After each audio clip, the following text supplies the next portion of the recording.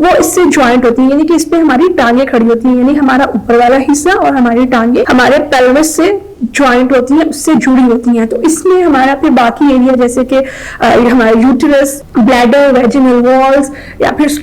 जो है stool pass करना, पखाने का रास्ता वगैरह आ जाता है। तो पेल्विक ऑर्गन कोलैप्स में होता है कि हमारा जो पेल्विस एरिया है उसमें से किसी भी कोई ऑर्गन जो है हमारे ब्लैडर में से या यूटेरस वॉल्स में से कोई भी ऑर्गन जो है वो